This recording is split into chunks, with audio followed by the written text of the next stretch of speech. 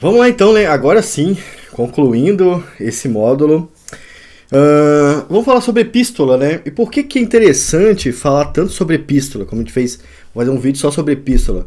Porque é o estilo literário, o gênero literário mais lido, né? Muita gente fala de Paulo todo domingo.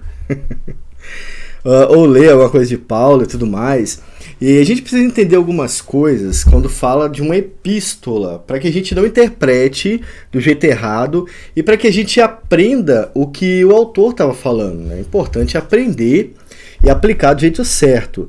Eu trouxe aqui algumas regras que você vai aplicar em todas as epístolas, tá? E vai te ajudar a aprender de verdade o que o autor está falando. Isso aqui é importante principalmente para que você não aprenda errado, não tire o aprendizado da sua cabeça sem ter estudado, né? E não ensine do jeito errado. E se você não fizer o que eu vou falar aqui, a chance de você cometer erros é muito grande, tá? Assim como muitos cometem erros lendo as cartas de Paulo, ou de João e Pedro, né? Bom, alguns incluem Atos em epístola também. Eu fico dividido, não sei aonde eu incluo Atos. Eu acho que é uma carta e ao mesmo tempo é o Evangelho. Acho que é um pouco dos dois mesmo, né? Mas enfim, não é essa a grande questão. Epístolas são cartas enviadas às igrejas no primeiro século e assim como profecia exige um pouco mais de atenção. Então olha só, primeira coisa que você tem que entender, uma epístola é um texto escrito por os cristãos do primeiro século, né? Bem parecido com os textos proféticos, mas aqui tratando dos problemas da igreja exclusivamente. Não exclusivamente do pecado da igreja, como os proféticos fazem, né? Mas das dificuldades que a igreja tinha no primeiro século. Então, quais as dificuldades básicas de uma igreja no primeiro século? Primeiro, a perseguição dos judeus, perseguiam aqueles que acreditavam no falso profeta Jesus. Essa é a percepção de muitos judeus lá no primeiro século, primeiro e segundo, né? Então eles perseguiam a igreja por causa disso. Paulo foi um dos maiores perseguidores. Depois, a perseguição da política também, né? Nós temos os romanos perseguindo o povo de Deus, e essa perseguição política também complica a vida da igreja. Então, geralmente a igreja era perseguida, ela estava indo de um lugar para o outro, ela acabava em um lugar e ia para outro, mas ela estava sempre reunida, né? Então essa é uma das dificuldades. Outra dificuldade que as epístolas apresentam, e a igreja no primeiro século apresenta, era firmar a doutrina dos apóstolos. Estava pensando nas palavras, né? Firmar a doutrina dos apóstolos num mundo onde você não tem e-mail, telefone, WhatsApp, é muito mais difícil. Você não tem televisão, entende? Então, você nunca sabe o que está acontecendo. Por exemplo, eu moro em Viana, do Espírito Santo. Se a gente fosse a igreja no primeiro século, eu não saberia o que estava acontecendo em Vitória, se alguém não ficasse indo e voltando lá para me contar. Entende? Então a gente escreveria cartas para que a carta chegasse lá, fosse lida para aquela igreja, e isso resolveria os problemas que eu quisesse tratar na carta. Então era isso que dificultava a vida da igreja no primeiro século.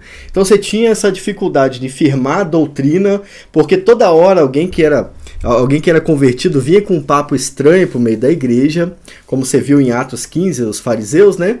Acontecia também com místicos, né? Com os gnósticos, pré-gnósticos, né? Então eles traziam essa dificuldade. Havia o pecado do povo, também é tratado nas cartas, né? Você vê que Paulo fala lá de um rapaz que estava tendo relações com a mulher do pai dele, e tudo isso só podia ser tratado por cartas. Então, isso é uma epístola. É importante você ter em mente, quando for ler uma carta, para que você faça a leitura correta do texto e, obviamente, a interpretação também, né? Você pode ler uma epístola achando que é um texto qualquer e ignorar por que ele foi escrito, entende? E achar que ele é uma aplicação direta para hoje. Não é.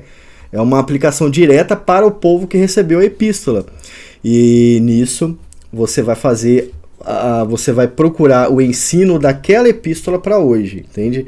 Então essa adaptação aí, ela acontece quando você entende, né, o que o texto está falando. Aí tem algumas regras aqui, cansei de novo, né? Falei pra caramba. Algumas regras, por exemplo, ó, você precisa se atentar aos pontos que eu vou falar aqui. Primeiro, quem é o autor e o destinatário da carta.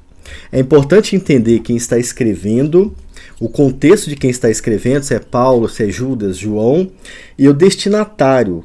Que tipo de igreja está recebendo essa carta? Por exemplo, quando você vai ler Coríntios, você vê Paulo no início falando muito bem da igreja, mas lá no capítulo 12 até o 14, você vê que ela tinha problemas de interpretação dentro da igreja. Entende? Então, conforme você vai lendo, você vai entendendo o problema que está sendo tratado.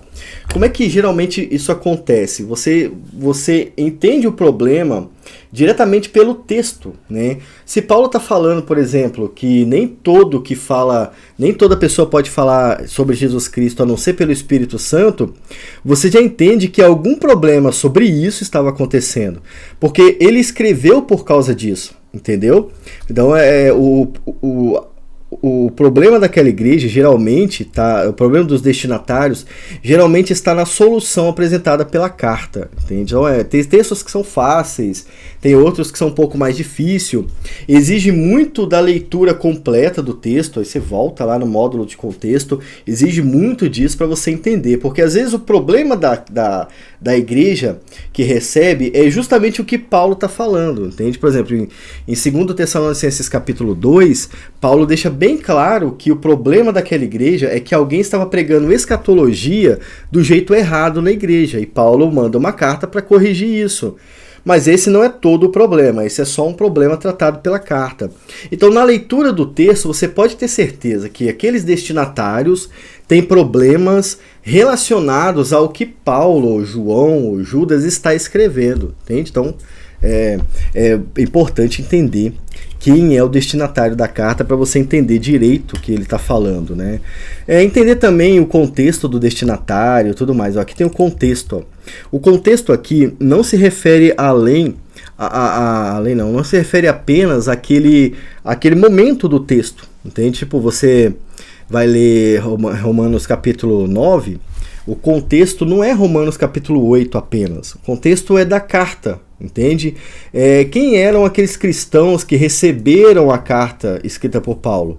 Existe um contexto de Romanos, por exemplo, havia judeus convertidos e gentios convertidos. E isso vai ficando mais claro no final da epístola, entende? Mas você já pode ler desde o início tendo isso em mente. Paulo está escrevendo para judeus e para gentios. Qual era a dificuldade dos judeus? A dificuldade dos judeus, que sempre foi, é de entender que a salvação é pela graça e que ninguém é perfeito por causa da lei. Essa é a dificuldade dos judeus.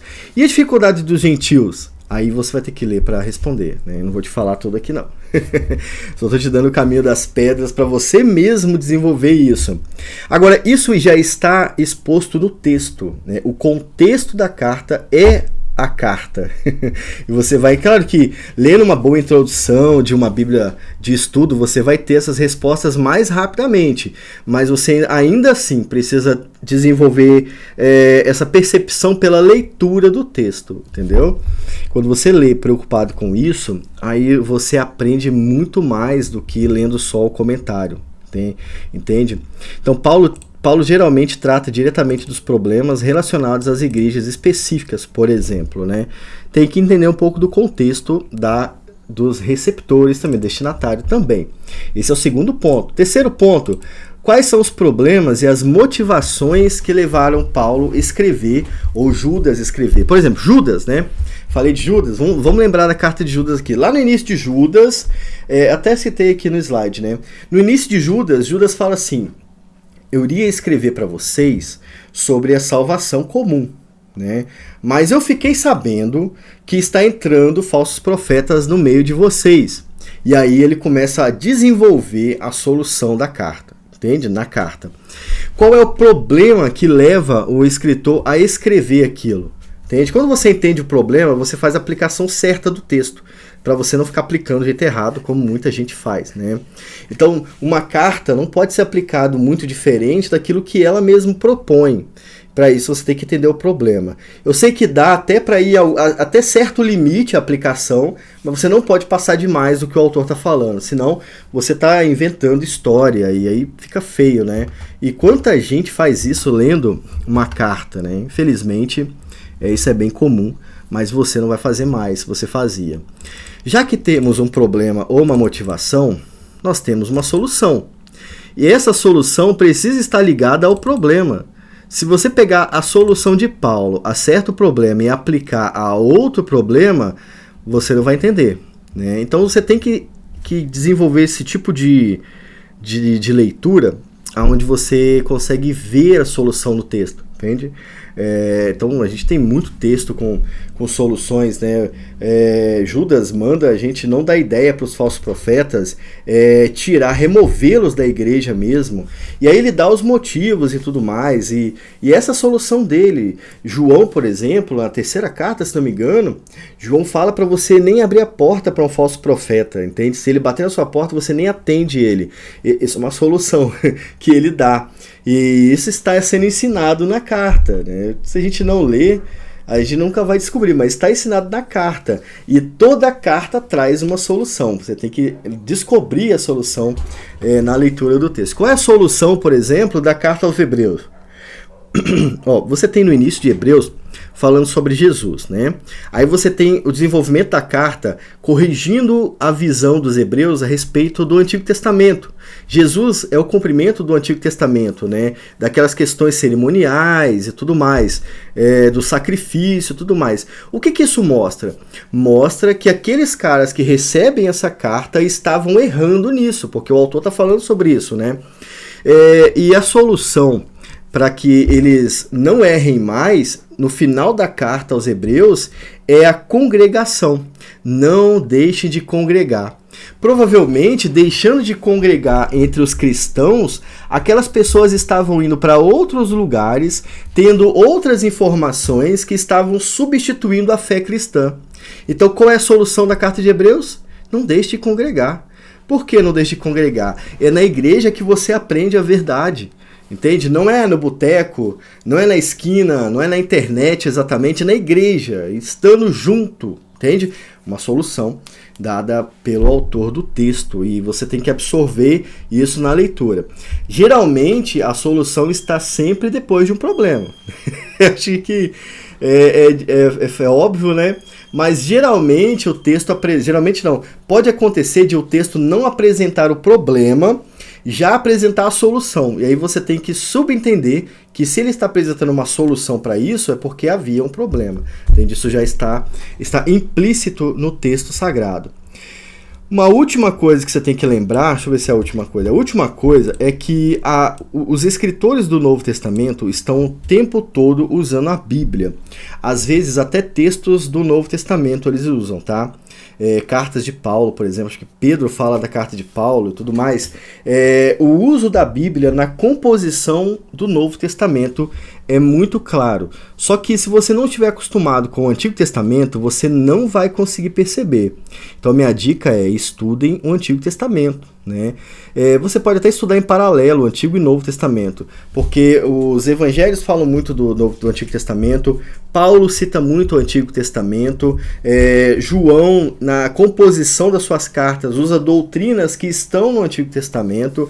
Então você precisa entender como o autor está usando o Antigo Testamento. Se não me engano, Romanos 3... minha Bíblia aqui não tem referência, minha RCM tá ali. Vou pegar minha RCM aqui rapidamente pra gente ver, peraí. Voltei. Vou dar rapidinho, né? Vou abrir aqui Romanos 3 e eu quero citar pra vocês. Não estava programado fazer isso, mas a gente tem a oportunidade de fazer, né? Vamos fazer. Romanos 3, na ACF, está falando sobre a justiça de Deus, o subtítulo, né? Nesse capítulo tem uma parte onde Paulo usa vários textos de Salmo e Isaías. Por exemplo, aqui na carta, aqui na ACF RCM fica mais fácil de enxergar, mas vou ler para vocês. No versículo 9, no versículo 10, aliás, Paulo usa usa os 6 versos de Salmo para compor o capítulo 3, tá? Aí no versículo 13, ele usa 2 textos de Salmo. Salmo 5, versículo 9, Salmo 140, versículo 3. Lá no 14, ele usa o Salmo 10. No 15, ele usa Isaías, entende? No 18, ele usa Salmo 36. E depois, lá no 20, ele usa Salmo 143, né? Ele usa como? Como está falando que ele usa? Ele faz uma citação tão próxima do Antigo Testamento que ele só poderia fazer lendo o Antigo Testamento. E é claro, para Paulo não existia Salmo 36 e tal, existia o texto de Salmo. E ele vai citar o texto de Salmo para compor a doutrina que está no Novo Testamento. Você precisa ler uma carta atento a isso. Tendo uma Bíblia ACF RCM é mais fácil, mas você tem a Bíblia de estudo da SBB, a Genebra, que eu mais indico, que também tem referências bíblicas, então vai te ajudar a identificar isso durante o seu estudo. Entendeu como é que funciona? Você precisa entender que os autores das epístolas usam o texto do Antigo Testamento para produzir teologia. E é assim que você interpreta corretamente Salmos, Provérbios, você vai interpretar os textos proféticos, lembra que eu falei? Você vai fazer isso vendo como os autores do Novo Testamento interpretam e aplicam o texto. E isso mata 2 coelhos com uma cajadada só. Antigo Testamento e Novo Testamento de uma só vez, né, cara? Isso é um avanço muito grande em relação ao que a gente costuma fazer por aí, tá? E se for observado, pode mudar até a cosmovisão da própria igreja, porque ela está ouvindo você expor a Bíblia Sagrada, que é mais importante, vamos ser sinceros. Bom, 2 exemplos aqui então de epístolas. Olha só, eu achei que ia ser rápido a epístola, mas não, 16 minutos, né? É muito tempo, cara, é muita informação. Foi por isso que eu subdividi, ficou até melhor. O Hotmart não aceitou meu arquivo de 6 GB e aí ele me forçou a dividir o vídeo. E eu tô vendo que foi a melhor opção, né?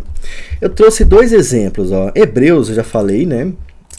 Aqui na introdução de Hebreus, no versículo 3, o autor fala sobre Jesus.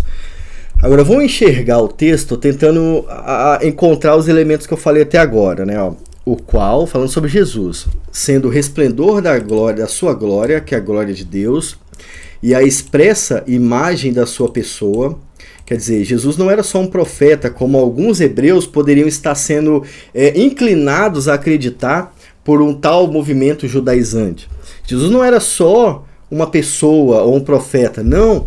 Ele era a expressa imagem da pessoa de Deus. Entende? Significa que Jesus era divino mesmo, sabe? É a expressa imagem.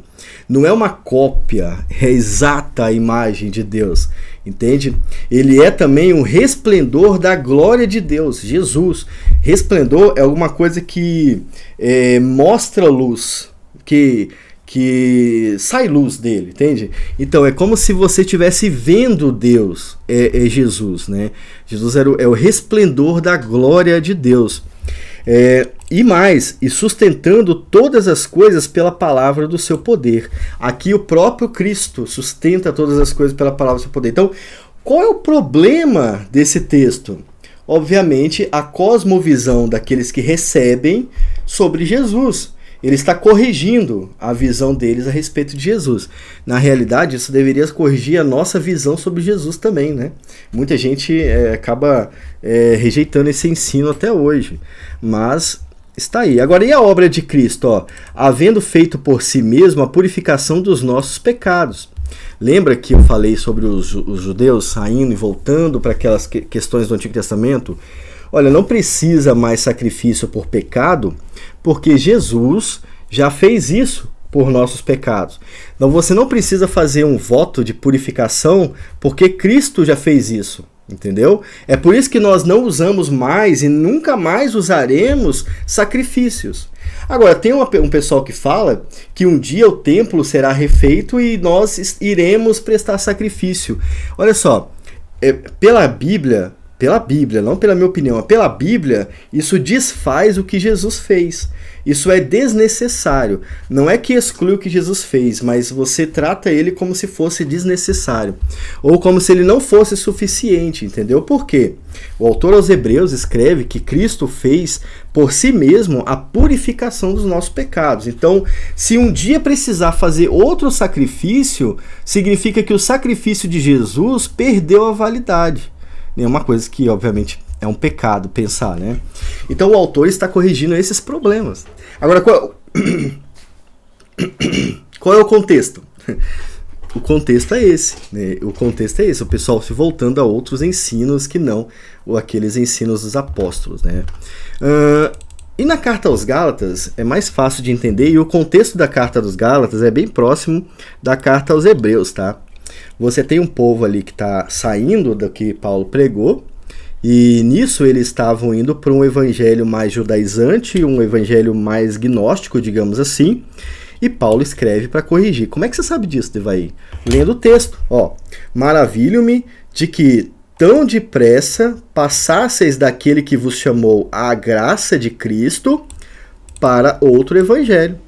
Eles estavam largando o que foi pregado sobre a graça de Cristo, sobre a salvação pela graça, e indo para outra mensagem, um outro evangelho, que aí, no desenvolver da carta, ele vai mostrar que outro evangelho é. E ele vai mostrar enquanto corrige o problema, entende? Então você vai lendo já sabendo que o que Paulo fala em Gálatas não é sobre a sua vida, financeira. É sobre a espiritualidade do povo. Então você não pode fazer aplicação muito distante do que o texto manda. Lembra que eu falei isso? E aí é isso que ele vai falar. Olha só, a gente já leu, né? Cara, ficou fácil de entender agora. Agora o desafio é olhar as outras cartas que vocês vão fazer daqui pra frente, tá bom? E aí nós entramos no último gênero literário, que eu fiz questão de fazer só isso aqui. Por quê? Ele dá muito pano pra manga, né? Mas aqui tem o que você precisa para entender o gênero escatologia, tá bom? Escatologia facilmente tomaria 3 vezes mais tempo para ser explorado do que gastamos até aqui. Por isso é preciso agora simplificar um pouco para que você entenda o que é, tá? No meu livro Diário de Bordo 85 tem um módulo sobre a doutrina das últimas coisas, que eu também fiz um pouco mais resumido, mas lendo um texto de Apocalipse, eu expliquei a doutrina das últimas coisas. Então lá no livro ficou mais tranquilo, e eu posso fazer um curso por Hotmart sobre isso. Mas eu acho que não precisa fazer o curso. Eu acho que com o que já tem pronto, a gente consegue entender, né? Mas a grande questão aqui não é tanto entender a escatologia, mas entender aonde a Bíblia mostra esse gênero literário, entendeu? Isso é que é importante, né? Escatologia trata dos últimos eventos da Terra, iniciados na primeira vinda de Jesus e encerrados na segunda vinda de Jesus. O momento escatológico da Bíblia, que o Antigo Testamento falava o tempo todo, iniciava-se com a vitória do povo de Deus pela vinda do Messias, tá? E aí você vai ter, por exemplo, Joel, que fala exatamente sobre isso, né? Inclusive sobre os eventos que aconteceriam depois da vinda de Jesus, como por exemplo o Espírito Santo, né? O chamado ao Evangelho, isso tudo é tratado em Joel. Agora nos outros livros proféticos também é tratado, só que você ainda não estava preparado para ler, né? E agora você tá. Malaquias fala sobre escatologia, sobre aquele homem que viria resolver o problema do povo, né? E isso é escatológico. Então é importante entender que os temas que tratam da vinda de Jesus já são escatológicos, tá? Porque é o último evento da Terra, a vinda de Jesus, a morte e ressurreição de Jesus, e aí a vitória do povo de Deus, obtemos vitória em Jesus, e a volta de Jesus, que é, como muitos textos falam, né, aquele grande dia, ou o dia, né, ou dia de trevas. O dia de trevas é a volta de Jesus, porque vai ser o fim dessa batalha escatológica travada aqui na Terra, né, que vai ser vencida com a volta de Jesus. Então, você tem, por exemplo, a escatologia em Mateus, todos os evangelhos tratam de escatologia. Você tem os apóstolos desenvolvendo isso nas epístolas, né? Pedro fala sobre isso. Pedro fala sobre a restauração da terra, né? Os elementos serão explodidos, de acordo com Pedro, né? E se desfarão. Você tem Jesus ensinando escatologia em Apocalipse. É importante a gente ter isso em mente. Em Apocalipse não é João falando, sabia? É Jesus falando. E aí João registra. Eu acho que até... Deixa eu ver como é que a Bíblia CF-RCM escreve Apocalipse. Eu não lembro agora, né? Deixa eu ver aqui, ó. Engraçado. Ah, não. Aqui é o registro de João sobre o que Jesus mostrou para ele, né? E aí tem várias passagens de Jesus também. Então ficou registrado como João falando o que Jesus mostrou. Beleza. É isso mesmo. Mas é importante falar disso. É Jesus que está mostrando para João. João está tendo uma visão, mas é Jesus que está falando ali. É como se Jesus estivesse ensinando ele. E aí aparecem outros anjos, ele vê um monte de coisa, né? Enfim, é uma grande visão sobre os últimos dias, que começa na vinda e termina na volta de Jesus. O próprio livro de Apocalipse trata da vinda e volta de Jesus também. Então é importante entender isso. Texto do Antigo Testamento que vai tratar disso. Por exemplo, Isaías 40. Isaías 40 fala que Jesus viria, né? Ezequiel 36 fala sobre a vinda de Jesus, a restauração do povo de Deus e uma nova terra onde eles vão morar. Nós estamos inseridos nisso. Ezequiel 37 fala sobre a grande batalha e aqueles soldados que serão restaurados pelo profeta. É tudo escatológico, entende? Tudo escatológico. De forma geral, a gente precisa considerar essas questões aqui sobre escatologia, ó, para você não errar na leitura e entender o que o texto está falando. Geralmente, usa símbolo e profecia. Tem muito símbolo em escatologia. E geralmente usa até eventos que já aconteceu. Como eu falei aqui, ó. Geralmente o texto escatológico usa elementos de coisas que já aconteceu, da própria história. Ou, por exemplo, Joel fala sobre grilos, né? Grilos não, esqueci o nome agora. Deixa eu ver aqui. A gente pode parar um pouco para olhar, né? Para se referir aos inimigos do povo de Deus, o autor usa uma linguagem simbólica aqui. Acabei esquecendo agora. Parece ao vivo isso, né? Fica mais real. É uma conversa ao vivo mesmo. Gafanhotos, lagartas, símbolos daquilo que Deus permite que o povo passe. Por exemplo, aqui em Joel 1, versículo 4, fala o seguinte, ó, o que ficou da lagarta, Deus permite que a lagarta estrague o povo de Deus, né? O que ficou da lagarta, o gafanhoto comeu. E o que ficou do gafanhoto, a locusta o comeu. E o que ficou da locusta, o pulgão o comeu. E tipo assim, o profeta falando, Deus vai permitir que por causa dos seus pecados, lá na frente vocês sofram bastante. E o resultado desse sofrimento é a vinda de Jesus. Entende? Lá no capítulo 2, versículo 18, a CF coloca o seguinte subtítulo: promessa de abundância. Essa abundância que vem depois da exposição do pecado do povo e do juízo divino é a vinda de Jesus, que resolve todos os problemas. E ainda vai falar sobre os últimos dias também, Joel. Joel é um livro muito escatológico, cara, muito escatológico. Tem Daniel também, né, que eu nem falei Daniel, mas é porque eu quero que vocês vejam mais opções, além daquilo que todo mundo vê, né. Então o Antigo Testamento usa acontecimentos reais para a época para se referir ao fim do mundo, né. Apocalipse também usa bastante. A base escatológica do Novo Testamento é o Antigo Testamento. Por exemplo, quando Jesus vai fazer o seu sermão escatológico, ele lembra da citação de de Daniel. Paulo também vai usar a citação de Daniel sobre a besta, né, o falso profeta, um grande inimigo que vai vir. Então é bom vocês verem como o Antigo Testamento fala sobre escatologia na prática. É o mesmo dia eu gravei, tá?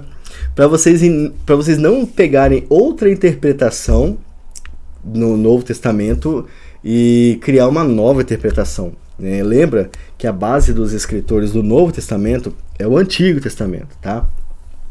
Aqui o que eu recomendo para vocês, ó, a chave hermenêutica da Bíblia é um estudo que é uma extensão desse tema para vocês. Está disponível no canal Teologia EATRI, vocês podem ir lá e estudar de graça, não tem nenhuma cobrança para isso. São muitos vídeos mostrando como o Antigo Testamento falava de Jesus e como ele falava da obra de Jesus e tudo mais. É um estudo muito bom para vocês fazerem. Acho que eu devesse até escrever alguma coisa sobre isso, né? Um livro, alguma coisa assim. Vamos ver se no futuro, se Deus quiser, eu faço. Mas por enquanto o estudo já está completo para vocês lá também. Isso vai ajudar a entender a escatologia através das profecias de Jesus, sobre Jesus, né? Bom, encerramos esse ponto aqui. O próximo módulo vai tratar sobre como usar os materiais da forma correta e quais materiais você pode usar para ter esse conhecimento de teologia que a gente obtém na leitura. Isso aqui são auxílios que vocês vão usar com certeza, tá? Então é um módulo muito importante, é menor, mas é bem interessante, vai ajudar muito a dar uma direção nos estudos de vocês, né? Bom, por mais que queiramos interpretar a Bíblia usando um verso e de maneira rápida, só vamos conseguir se conhecer bem os elementos mostrados até aqui. São todos os elementos que eu mostrei para vocês até agora. A partir de agora eu vou apresentar materiais que completam seu estudo. Isso acontece no próximo módulo. Eu vejo vocês lá. Tchau!